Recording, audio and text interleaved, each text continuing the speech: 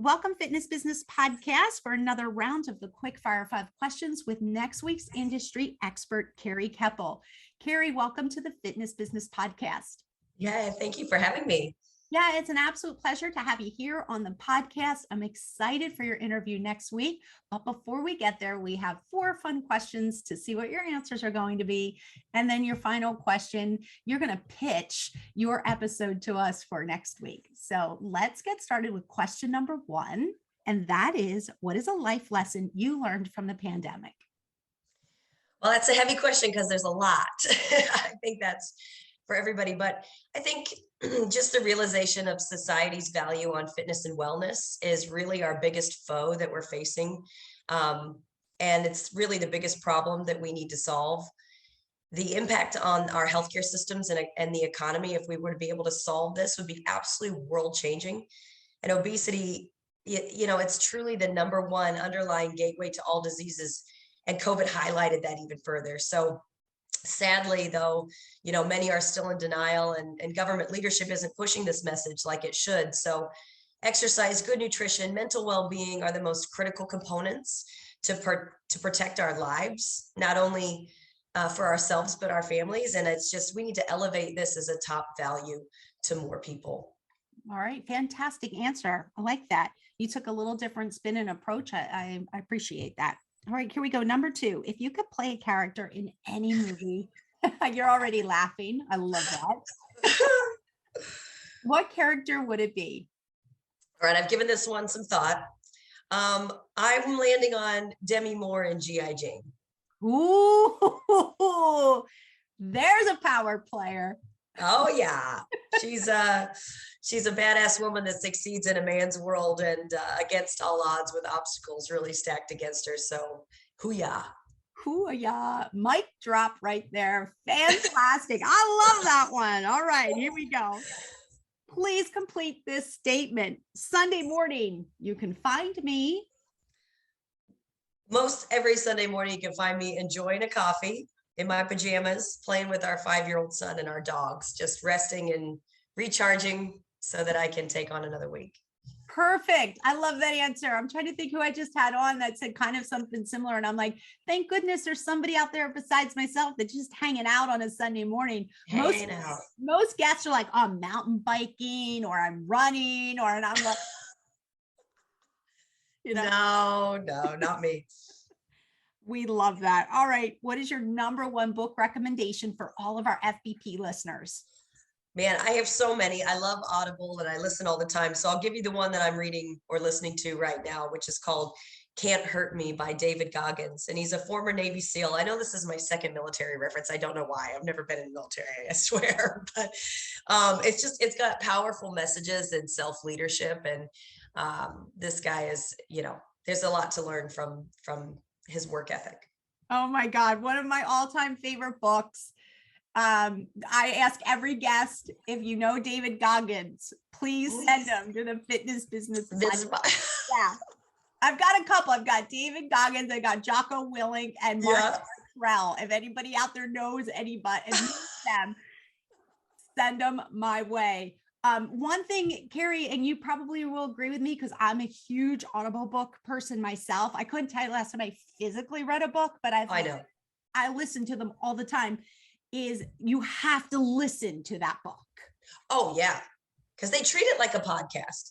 Yes, they read it and then they do a podcast in between chapters. It's pretty cool. It's really cool. Like he gets on there and he'll like take the story, like he'll give you more details about the story. It's again so good. Yeah, so good. All right, moving on. Here we go. This is your 30-second elevator. You've got to put your sales hat on here and tell everybody why they need to come back next week for your episode. Well, if you own or operate a gym, you're still likely battling the road of the pandemic recovery, likely with less members than before. But regardless if you're in a position where your business is whole again or not, the pandemic taught us that we can't rely on membership dues revenue to survive alone. And we need a better revenue strategy to survive the unexpected. And in this podcast, you'll hear my take on maximizing revenue and high margin opportunities to really grow your bottom line and stay in business during the tough times. All right, fantastic, Carrie. Thank you so much. Loved your quick fire 5 answers, and we look forward to your episode next week. Thank you.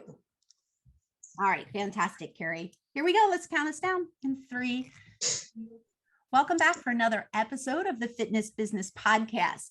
Now, when I say industry expert, right, there are so many names that come to mind. And our guest today, Carrie Kepple, is definitely one of them. Carrie, welcome to the Fitness Business Podcast. Thank you. Thanks for having me. Absolutely. Carrie, you are the owner and the CEO of Styles Studios Fitness. Tell us a little bit about Styles Studios Fitness. Yeah, so we're based here in Peoria, Illinois. It is our first location. We spent the better part of 3 years utilizing research in the industry, especially like URSA white papers and consumer research to create a new model of a club of studios. So it's a bit of a blend of traditional health club with boutique fitness inside it as well. So we are a club of 4 boutique studios under one roof that surround a gym floor. So, you know, when you come in, you literally see like 4 storefronts of 4 boutique studios that do very different modalities, have very different experiences. But we still have this kind of all-encompassing service like a traditional club, sort of all under one roof for one price. So it's got a high value proposition for customers from both angles. And we opened 8 weeks before the pandemic. Actually, tomorrow is our 2nd birthday. And we have survived it and had a positive net growth through the pandemic, albeit slower than what it would have been. The fact that our model sort of survived that is a testament to the success of the model. So we're pretty proud of it. You should be proud. I remember when I saw you opening, they had a article in, I think it was the URSA magazine, and I remember seeing your picture and I was like, oh my God, that's so exciting. I can't believe it's been 2 years. I know. That's crazy. Now, listen, besides being the owner and CEO of Style Studios, you are also a member of the URSA board and you're the ex officio. Yes. A proud member of the URSA board. I think I'm going into my now 5th year here. So yeah, it's been a journey, and it's been an honor to help serve our industry in that way. Oh, that's fantastic. And also, I'm going to say you're just a fierce business builder, and you're also a curator of winning team cultures, which I think is just way exciting. Yeah, well, thank you. Yeah, that's been a part of my background through my entire career in fitness business is building business, building teams, building people's careers, and yeah, just being an all-around builder. That's kind of what I say that I do. Yes, and I say an all-around industry expert. So thank you. Yes, that's why we have you today. So you're going to talk about strategically building your secondary income, which is super important, not only for the big box gyms, but as you as a boutique studio owner for the little guys as well. So I'm really excited to hear what you have to say today and what information you're going to bring to our listeners. So let's get started and let's just talk about secondary income. It's often a forgotten aspect of the business. Why for you is secondary income so important? Well, it's the other half of the whole big picture, right? So when I operate a club, we always look at the average yield per member or average revenue per member as sort of an ultimate revenue goal, right? So members pay dues for the basic services that they're going to get out of your club. But let's face it, there are so many more things that they're going to purchase to enhance their experience in fitness and their results. Things like supplements, clothing, recovery services, all sorts of things. And they're going to buy them somewhere. So they might as well be buying them from you. The list goes on. There's so many opportunities. So you can either set yourself up to sell these things to your people that you've worked hard to get into your door, or you can let that walk out the door every time they leave your gym. And so this is average yield per member is something that we keep our eye on strategically. I mean, I think the ultimate goal is to be membership dues sufficient. So covering all your expenses just with that, and the secondary revenue being extra.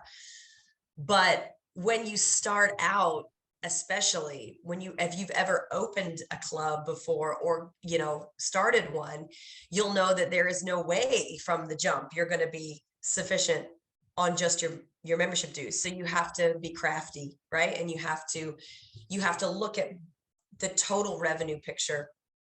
And so I think that, especially with clubs that have been operating a long time and they're mature and they've got really healthy revenue through their membership dues, it is often, sometimes secondary revenue it's there, but it's maybe not given the focus that it could have. And, the pandemic really taught us, when members started to quit and not come back, that if we were going to survive, we had to start thinking strategically about secondary revenue just as much as membership dues, because now all of a sudden there was something out of our control that was keeping people from signing up, or making people freeze their membership, or making people quit. So with the people who were active and who are active, we need to figure out how we are going to be a more holistic part of their health and wellness solution, so that we can get multiple revenue sources out of them and not just one. Did you feel as if you had a really good handle and a really good focus on secondary income the minute you opened Style Studios, or was that something that kind of took a little bit of generating and a little bit of time to get a handle on? Yeah, well, I was fortunate in my career. I spent 10 years working for Les Mills in New Zealand, and opening and operating and helping run clubs down there. And average yield per member was something that had been drilled into me for a long time, right? So thinking about secondary revenue was something that, we had a strategic focus on from the start, but I won't say that we had it mastered, because there was when you're starting out, you need to get the engines going, right? With members, and get people in, and get your services right, and get the foundational stuff right, so that you can retain those members. But we had our eye on the ball with secondary revenue from the start, but it has definitely evolved and gotten stronger and stronger and stronger as we've grown.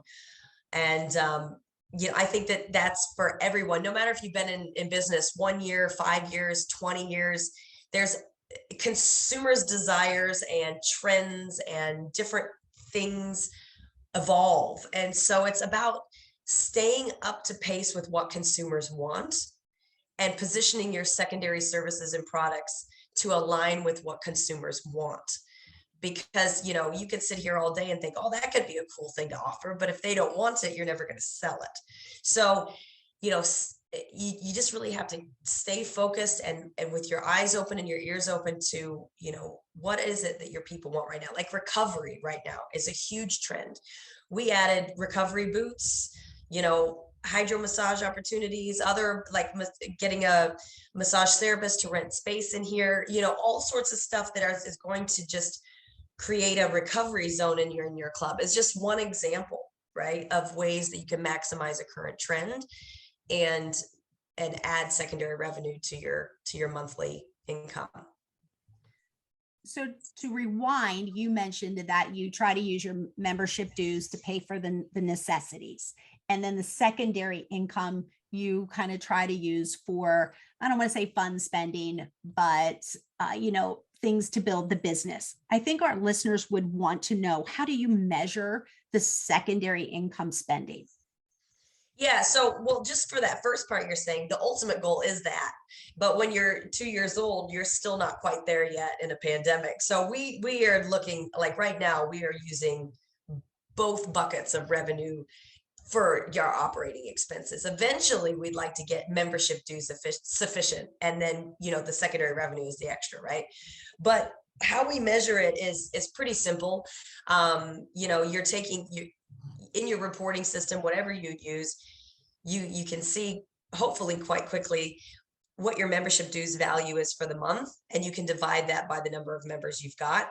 And you can do the same with your secondary revenue. What was the total revenue that you brought in that was not that was non-dues revenue, just in general, and then divide that by the number of members you've got. So you've got really two average prices per member, two revenue targets per member. You've got your dues and you've got your secondary, right? You combine those and you've got your total average yield per member or average revenue per member. And you've got to keep your eye on both of those, you know. And inside of a year, in a calendar year, we expect those to ebb and flow, right? With the nature of the industry. We know that maybe in the late summer months, when people in our territory anyway are out and about because it's sunny and nice outside, we might have an attendance drop, which means our secondary revenue might suffer a little bit, right? So then we have to think about how are we going to get creative with some sales in our online shop, maybe, for example, and how we're going to battle that natural attrition in secondary revenue during that time of the year. But it's about understanding and looking at that picture globally for your year, and you know, preempting those ebbs and flows. And what are you going to do about it? You know, what are you going to push that makes sense at that period of the year to keep that average revenue per member in that secondary bucket up? And, you know, not just say, oh, well, it's the summer, it's going to go down. No, it doesn't have to. You could get creative. For sure, creative. There's so many things, you know, you can take workouts outdoors, charge. Yeah, you have an outdoor pool. You can do things around the pool. I see things on social media all the time that some clubs do that I think are very creative and unique, and members definitely would pay a small fee for. Yeah. As an owner, you completely understand the importance of secondary income because you're looking at the numbers. And for all of our boutique studio owners out there, and as well as our big box gyms, how do you, I think one of the struggles they have is they understand the importance, but how do you get the team members, and not just maybe one or two team members, but how do you get the entire team on board to preach how important this secondary income is? Yeah, I think sometimes, you know, everything about engagement with your team starts with your culture, period. So like when you're setting up from a recruiting point of view, are you finding people who align with the soft skills of your company, the values of your company, versus the hard skills that can be taught? You know, you want people who want to fight for you.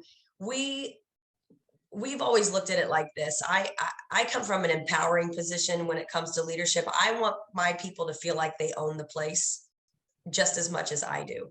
So I don't come from a place of, I'm not going to come in here and look for all the things you're doing wrong. I'm going to come in here first and look for all the stuff that's going right, so that people know they're safe in this environment. Once they feel safe and they and you bring them on board with the ideas, you know, hey, what have you been noticing with what people want around here? What are your ideas on what we could sell in the next few months that might drive some more secondary revenue? Get their ideas to get their engagement, get their buy-in by empowering them to be a part of it, right? And really show them, like, don't be afraid to show your people the numbers. I've never really understood that, because I'm like, look, show them, because they have this is the health of their job, you know, like they want to see the numbers so that they know what the score is of the game. And if they know what the score is, they can help shoot the ball and make some points, and they can help be a part of the game. But they don't want to sit on the bench and just watch you play. You know, nobody's going to be wanting to engage in that. So I guess for us here, we try to get their ideas. We show them where we're at, what our goals are, with targets and goals. Something I learned from somewhere was having an MTO, which is what is the minimum, what is the target, and what is the the overreaching awesome. If we hit it, we'd celebrate, you know. So you kind of, with any goal, you have an MTO, and letting them understand, you know, here's the target, here's the minimum we could live with, but wow, wouldn't it be awesome if we hit that? And giving them the ability to go for it, you know, because I think just playing all on the same team and showing them your sales calendar, showing them what's coming, showing them your ideas, and asking for their feedback. So speaking of sales calendar, you have 2 sales calendars. Can you explain to all of our listeners out there why you have 2 sales calendars?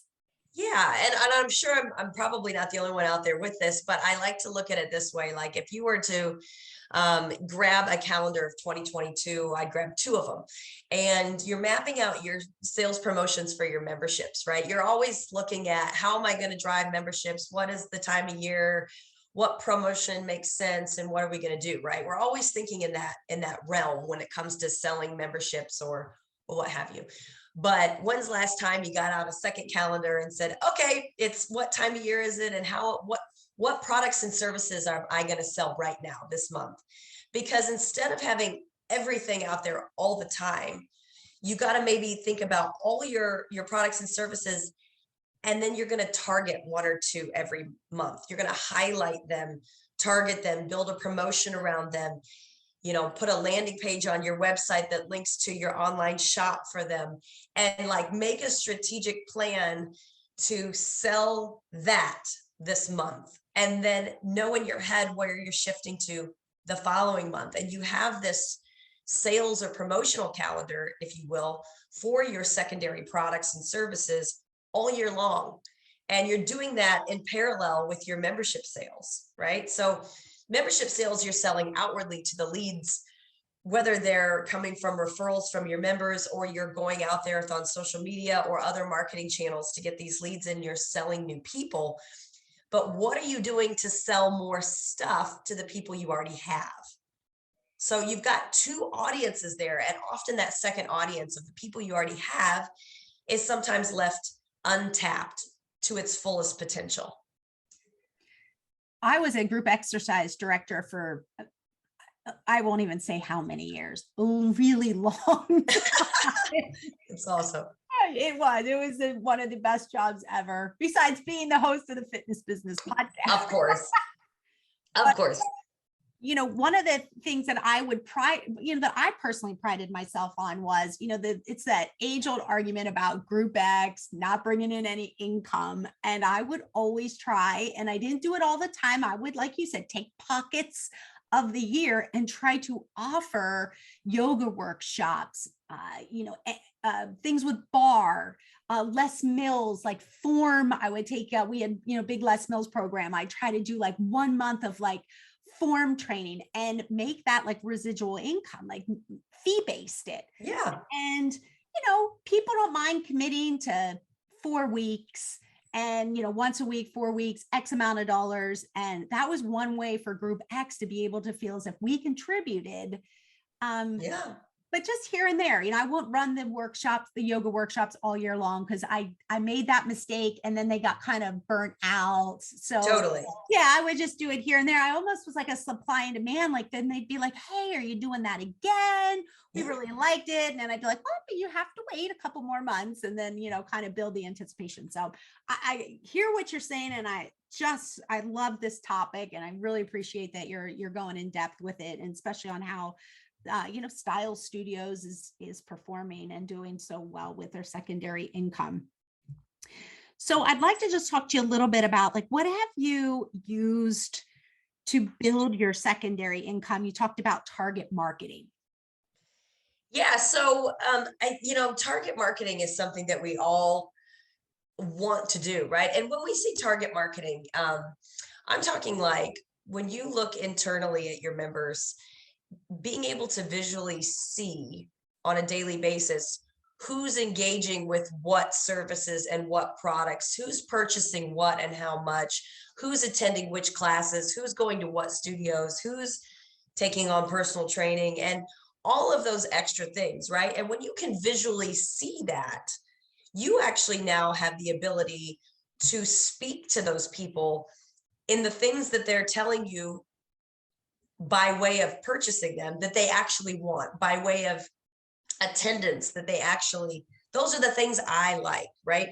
And when you can start to speak to people and segment them into the things that they like, there is a higher intensity of the communication and the engagement in the message, and they're more likely to engage with it and then and then converting that into a purchase. So prior, we about a year and a half ago, we signed up with this company called Keep Me, and they do two sides of the business for us, which I really love. So Keep Me is a software that has a membership retention side of it and a membership sales side of it. And we were one of the first clubs to come on with the sales side of it. And it's been a fun journey because they've been pioneering this side, and they're such a cool company because they're really responsive. When they work well with you, and, they respond really quick. So it's fun.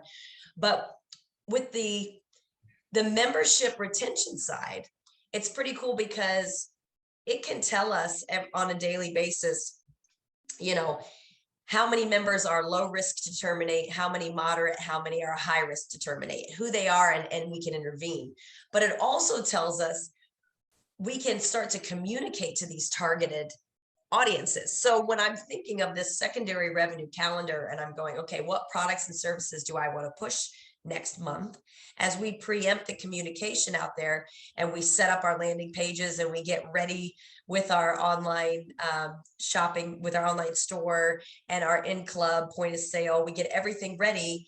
I'm able to then set up a campaign or an automation that I can then distill that communication to go out to just some targeted groups of my member base that are, highly engaged, like with whatever I'm trying to sell. So like you said, with the yoga workshops, I could tell you, I can isolate my communication to the people that go to our Free Soul studio and that take part in yoga and hot body flow and stretch classes and all of that. And those people are probably a lot more likely to engage. And I can also look at people who maybe have engaged with similar things, like maybe our recovery area of our club, and I can include them. And then now I'm pushing out that secondary option to just like those members. Yes, you can blast it out to everybody if you want, but having a targeted approach means that you can have more meaningful messaging to your members. And from their perspective, they're appreciative that, you're able to go, you're able to see that they like that stuff. You're able to tailor the message to say, we know how much you love yoga here, for example, at Style Studios Fitness, and we have something we think you might like. And when you can do that, people are like, oh yeah. So they see me, they see what I like, and they're actually giving me something that I might like now. And so there's more meaning. It's more meaningful. You said Keep Me is a cool company, and I totally agree with you. They're all cool there. They're such great people. And, we as the podcast work with them as well. They're one of our sponsors, and we absolutely enjoy working with them. And I agree, they're so responsive. They're just nice people. We really, really appreciate working with them. And I'm always impressed of how many of our guests use them. Yeah. How long have you been working with Keep Me? I think it's been about a year and a half now. Again, we've only been open for 2 years, but it was not long after the pandemic hit. And we were recommended to Keep Me, and we did a demo with them and really liked what it was all about. And they're just a really agile company. They move quickly. They are growing their products and services day in and day out to get better and better and better. And, for us, it solved the sales side as well. One thing that we've really enjoyed is it's also a sales software. So as leads come in, it categorizes them, in that kind of a hot, warm, cold thing, so that your sales team doesn't necessarily waste their time, and they know who to target and why. So it's intelligent. It uses AI to really give you some predictive analytics and, just give you an edge to your communication. I'd like to just wrap up with one more question, Carrie. Sure. If you could take our listeners through the process that you have in your business to get your members to spend more? Like maybe you could just tell us what you did in January. Yeah, for sure. So I'll use January as an example since we're in it right now, but kind of reiterating what I said before, but stepping you through it. So, on our secondary revenue sales and promotion calendar, we knew that in January, as I mentioned, we're looking for things that we offer or can offer that align with the consumer needs and wants. And so we decided in January, we were going to push two things: an 8-week challenge, an 8-week reset of fitness and nutrition. And it's a challenge, and it's a very high margin opportunity. And it really aligns with our consumers' needs. So we take them through 8 weeks of utilizing, we set them up with our DEXA services. So we get their measurements, the VO2 max fitness test. So we get another opportunity there to on-sell MyZone heart rate monitors, because we're able to give people data that shows them at what heart rate range they're utilizing burning fat and what heart rate range they're burning carbs. So, and then we're also able to utilize this to on-sell supplements. So it has some other secondary revenue impact, just not only with just the 8-week challenge that people are purchasing, but we're selling other things on top of it to these people. But we knew that, look, it's a new year and everybody tries to reset habits in the new year. So it was a great opportunity to align with that. And so we started putting that out there a month early. And I think it's a really important thing to say, is when you set your calendar, don't just start on the first of the month trying to sell this. You're trying a month prior to get the word out to your members that this is coming. So you are pre-selling and signing up, whatever the promotion is that's going to hit. And if it's with a product, pre-selling it to start for the following month is also a good way to pull in revenue before you lay out the cost of goods sold. So before you lay out the inventory or the expense to pull in the inventory, you've already started generating revenue on that secondary service or product.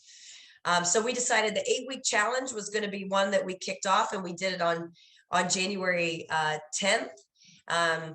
We had a good number of people in the group when again, like I said, a high margin opportunity for us, which I'll talk a bit about that in a second. And the second one was in our supplement range. We do a group detox maybe once a quarter, or when the time is right in the year.